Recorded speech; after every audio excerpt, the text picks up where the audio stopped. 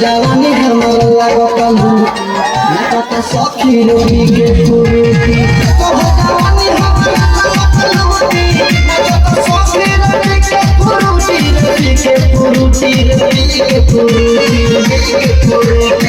लखी दबाए चलो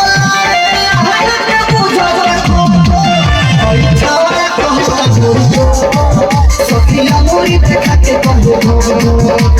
छावा कहता ढोरी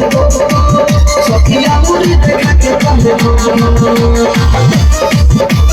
छावा कहता ढोरी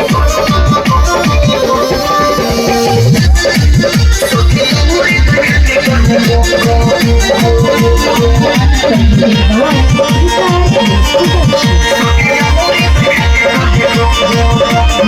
मंकुश पटेल सखी बाबरी गती लगे खेलाई रे आज कबड्डी बंद सखी बाबरी गती लगे खेलाई रे आज कबड्डी रे आज कबड्डी आई कर राजकुमार कहे हमर के आगे से छावा कहता ढोरी